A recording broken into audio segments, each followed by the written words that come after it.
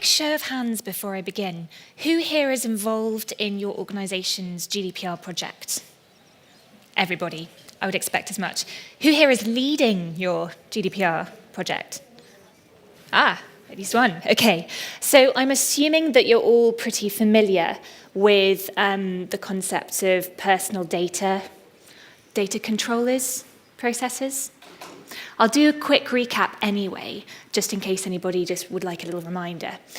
So today I'm going to do a sort of whistle-stop tour, because I've only got 20 minutes and I'm sure you actually want to leave the room at some point today, but I could actually talk for days on it, of the GDPR. GDPR Day is tomorrow. I think a lot of us have been working towards this for quite some time. The regulation became finalised 2 years ago, so naturally everybody started about 2 weeks ago, but tomorrow is the time. So before I start properly, I think the key point of the GDPR, which the European Data Protection Supervisor said last night, is it puts people back into the equation. The idea is to give people control over their data, and for companies to stop misusing it.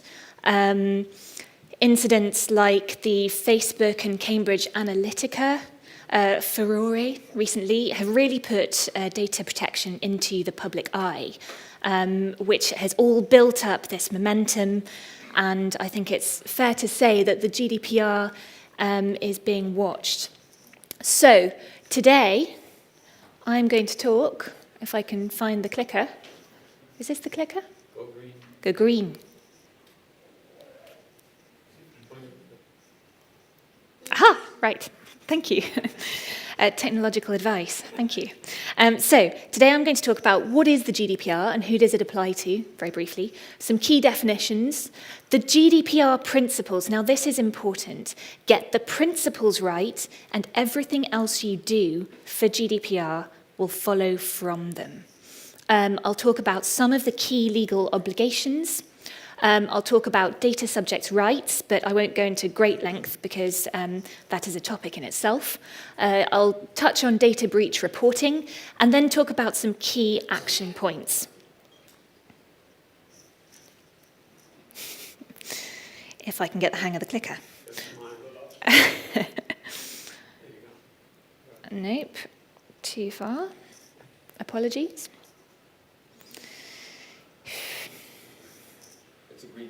Yeah. Right, so the old law. The EU Data Protection Directive came into force in 1995. We're talking dial-up. We're talking letters instead of emails. It's safe to say that times have moved on and the law is trying to move on to keep up to date with it. We're talking Google, Facebook, Twitter, a world of exponentially increasing data. And the European member states got together and decided that a new law was required. Now, it's important to emphasize that the GDPR is not a groundbreaking change. It's actually more like an update. If companies were compliant with the old or current law, or at least for the next few hours, if you're compliant with the Data Protection Directive, then it's not that big a step to be compliant with GDPR, but there is a lot more paperwork. So, what is it? The EU General Data Protection Regulation, applicable tomorrow, it aims to create a single European regime.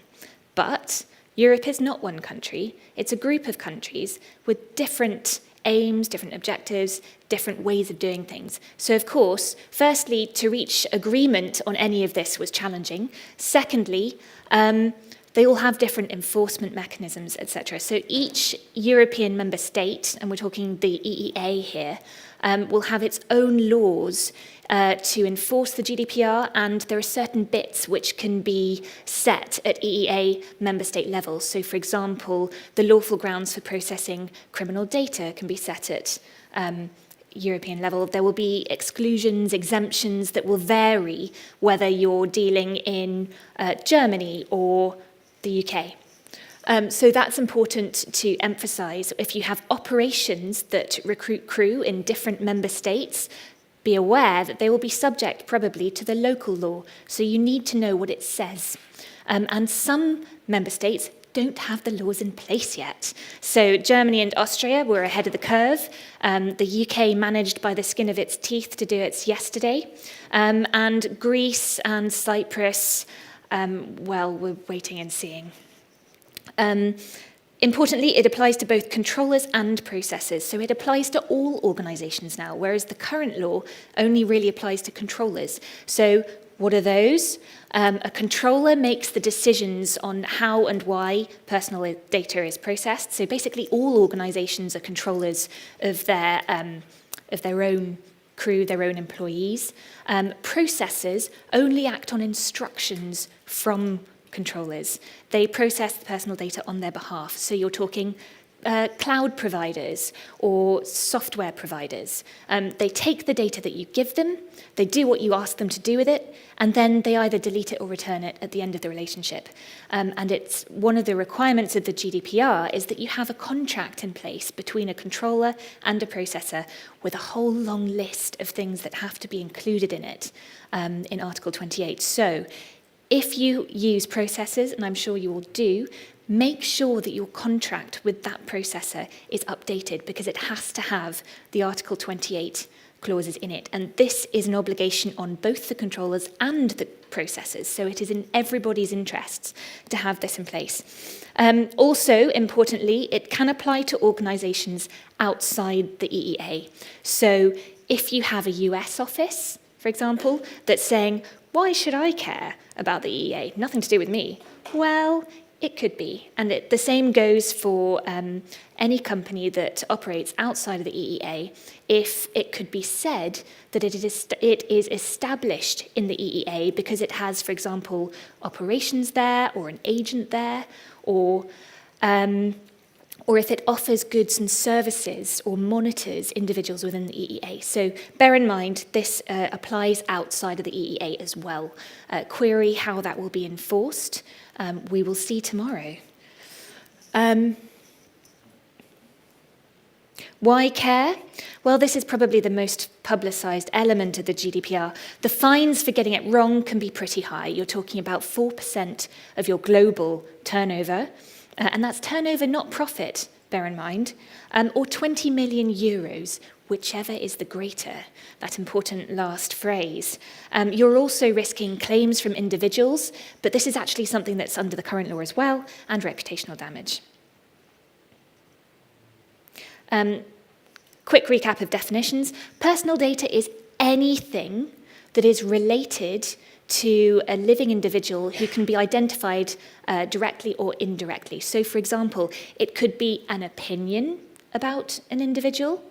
It could be, the GDPR has now clarified, it could be things like behavioural data, browsing history. It could be location data. It doesn't by itself need to identify the individual. If it can be used with other data to identify an individual, then it can be personal data. So it's important to bear this in mind when you're putting processes in place to deal with it. And of course, it includes business contacts. So it includes your providers, business email addresses, etc. Sensitive personal data under the current law becomes special category personal data, that catchy title.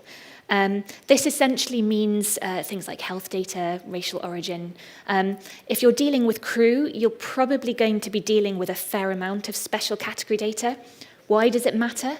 Well, there are more stringent requirements when it comes to lawful grounds for processing that personal data. Also bear in mind that criminal convictions data is a new category by itself, and you'll have to look at local laws to look at whether or not you can process it. Controllers and processors, we've talked about it. A word on processing. There's no magic to what processing means. It means essentially anything you can do to personal data, collecting it, storing it, deleting it, amending it, anything except dreaming about it. That is fine. So, the principles. These are the beating heart of the GDPR. It is really important to get this right. I haven't got time to go through all of them in great detail, so I'll focus on a few. Lawfulness, fairness, and transparency. That is key. The basic rule is that you can't process personal data at all unless you have sufficient lawful grounds in place. I'm sure you've all looked at this as part of your project, but when it comes to employee data or crew data in particular, bear in mind that it's very difficult to use consent. Is your crew member really going to feel like they can say no to anything that you ask them, more or less? If they feel like they can't say no, then consent probably isn't the most appropriate lawful ground to use. Instead, you should be looking at employment-specific lawful grounds, and there is scope for that, or you should be looking at performance of a contract with the individual, and things like that. So that's my big word on lawfulness. Remember, with special category data, you have to have both a standard lawful ground from Article 6 and you have to have an extra lawful ground from Article 9. So make sure that you have both and that you've recorded which lawful grounds you're going to rely on. Why is that important? Well, the supervisory authority can swoop on you at any time and ask to see your records of processing, in which you have to set out what your lawful grounds are for processing all of the personal data that you process. You also have to include lawful grounds in your privacy notice. And that brings me on to transparency. This is a key concept in both actually the current and tomorrow's data protection law. It's important that individuals know what you're doing with their data, and that if you're doing anything that they wouldn't expect, you really need to point it out to them very specifically. Data minimization and storage limitation, those are also pretty important. You shouldn't have any personal data that you don't actually need. You're just increasing your risks if you do so, and you're not complying with the minimization principle. The same goes for storage limitation. If you don't have a data retention policy, think about it now. What do you need to keep and how long for? If you don't need to keep it anymore, get rid of it. If there's a data breach, this is information that will be in the public domain that doesn't have to be, and people will be asking, why do you have it in the first place? And then also, why did you not keep it safe? Which brings me on to the the integrity and confidentiality principle, otherwise known as security. The title data protection indicates that security is key. It is. It's not the only part of the regime. There are lots of things you need to think about, but do make sure that you've got adequate security in place because it is important. And accountability. It is no longer enough just to comply with the law. You now have to show that you are complying with it. So this means increased paperwork. This means an audit trail, either digital or otherwise, to show that you've made the right decisions, or even if you've made the wrong decisions, how you made that decision and what your justification is for it. With the GDPR, you need to have a defensible position. There are a whole number of obligations under the GDPR, which I'm going to essentially skip past.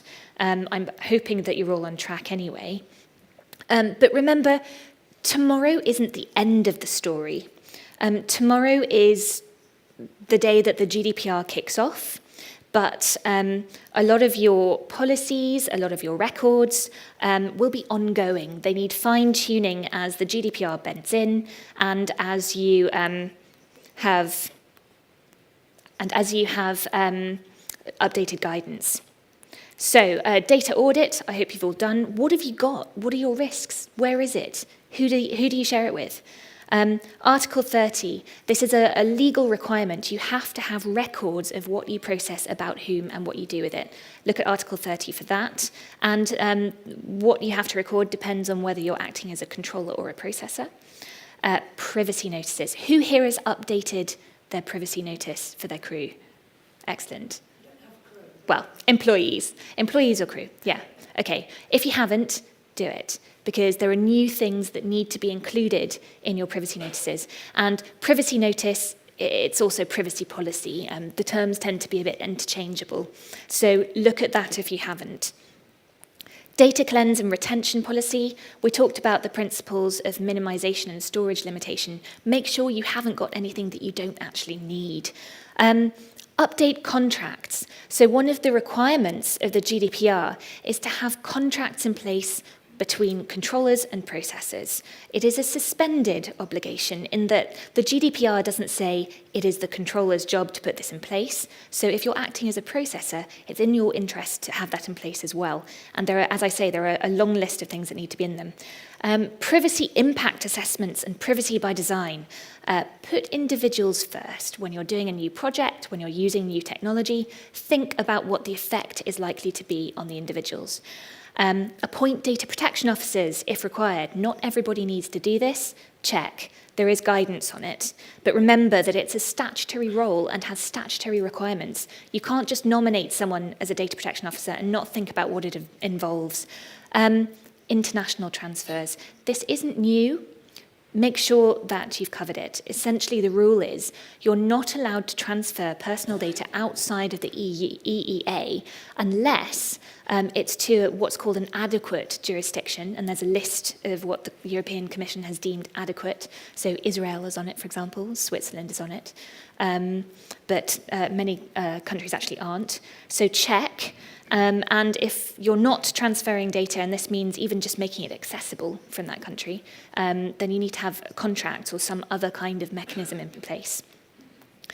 Respect individuals' rights. I won't go into them, but make sure that you can deal with them, especially subject access requests. This is not new. This is under the current law as well. But individuals have the right to ask you what you're processing about them, what you do with it, who you share with them. And it's actually quite an onerous requirement to respond to these sorts of requests. So make sure you know where the data is and what you're doing, and then it'll be easier to comply with it. A new one, data breach notification. Under the GDPR, if you suffer a personal data breach, then you need to report it, depending on how high risk it is, to the supervisory authority within 72 hours. You do not have very long. This is for data controllers. So make sure that you know what a personal data breach is. This isn't just a cyber attack. This could be leaving an unencrypted memory stick on a train or something like that, as the UK government seems to do quite a lot. So make sure your staff know what a data breach is, and that you've got the reporting mechanisms in place so that you can kick off really quickly to decide whether it needs reporting, who's going to make that decision, who's going to report it, and then actually do it. Line up a PR agency if you need to. This is serious reputational stuff. And you also have to notify the individuals themselves if it's particularly high risk. So think occupational health data, for example. You can't take chances with that. So some key action points with a minute to go. Amend contracts. I can't stress that enough. If you've got processes, controllers to processes, amend them. It's also good practice to have proper sort of safe contracts in between controllers, but it's not necessarily strictly required, depending on the member state law that you're dealing with. Privacy notices, you've got to be transparent with people. You've got to remember that you've got to protect their data and let them know what you're doing. Data audit, hopefully you've already done, but it's an ongoing thing. Something might change. You might start collecting new things. You might start doing slightly different things with them. So make sure that your data audit is current, and that goes for your records of processing as well. Has something changed? Make sure it's up to date. Remember that your local supervisory authority can inspect your records of processing, so you need to have them there to show to them. Retention policy and data cleanse, data breach reporting, we've covered all of this. International transfer, look into it if you haven't. And last but not least, make sure that your staff are trained. You're only as strong as your weakest link, as they like to say. And this could make the difference between you being fine and you being fined. So what does it mean for your business? In conclusion, it's a regime update rather than a change. But it does mean that you need to think more carefully than you used to about what personal data you're processing and how you're using it, and making sure that you're transparent. And unfortunately, it does mean a lot more paperwork. You need to keep an audit trail of what you're doing and why, so that you can have a defensible position should the supervisory authority come knocking. And that's all from me.